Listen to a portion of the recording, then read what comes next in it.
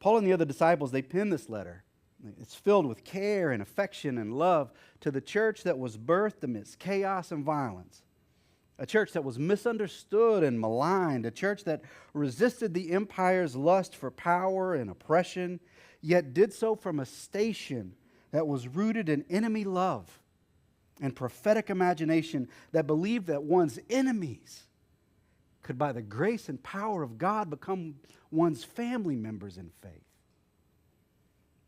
Saints, God is still working, still moving, even in the marketplace mobs that show up attempting to stamp out the Spirit's work of transformation and invitation, that God's Spirit is still on the move even among us. From Thessalonica, Paul and the others, they make their way to Berea. The text says that the believers in Thessalonica, they actually sent them there. They commissioned them to go to Berea. It wasn't a haphazard departure. It was a sacred leaving.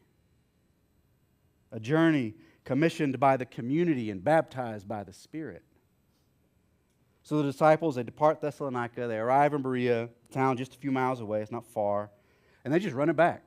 They just do the same thing again. Disciples go to the synagogue. They open the Scriptures. They share stories of Jesus. They see people, Jews and Greeks, come to faith. A church is formed. A faith is cultivated. Spirit on the move. Same story, different location. The Bereans are less hostile to the faith. They're more welcoming to the disciples, but the peace is short-lived. Berea is not far from Thessalonica, and eventually the hostilities from there, they find their way to Berea, and violence and resistance make another appearance because, unfortunately, the kingdom of God isn't the only kingdom that's on the move. In the wake of the mob's arrival, the Berean church again commissioned Paul on to minister in another city, this time to Athens, to continue his ministry journeys. Silas and Timothy, they remained in Berea for a time in order to continue the work of discipling and teaching and faith cultivation. There's a parallel in the story that Luke is highlighting. In both Thessalonica and Berea, the disciples arrive and they do the thing that we've actually seen happen over and over since Acts 2. They meet in public places. They open the Scriptures. They share meals together in homes. They intertwine their lives with the lives of people in the city. They proclaim God's love with their mouths and with their stories, love that's found in Jesus. And then they display God's kingdom as found in community. They do this in both places, where they were resisted and where they were welcomed. And at the end of it, disciples are sent on to the next place. This pattern is started in Thessalonica, it's repeated in Berea, and then again, we'll see it in some variation in Athens.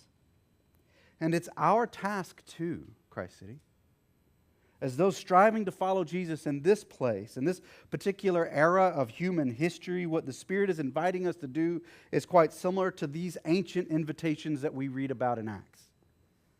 We're called to share meals, open homes, intertwine your lives with the lives of those in your neighborhood, to tell stories of God's love and God's embrace, to display God's wide and welcoming kingdom wherever it is that God has you placed, to live in light of Jesus' resurrection as embodied witnesses to the truth that death doesn't have the last word. There will be times that our faithful living in this place is met with welcome and with gratitude and embrace. It will seem as though we have landed in Berea and the Scriptures are coming alive off the page and into people's lives and into city streets. Faith and life will seem easy.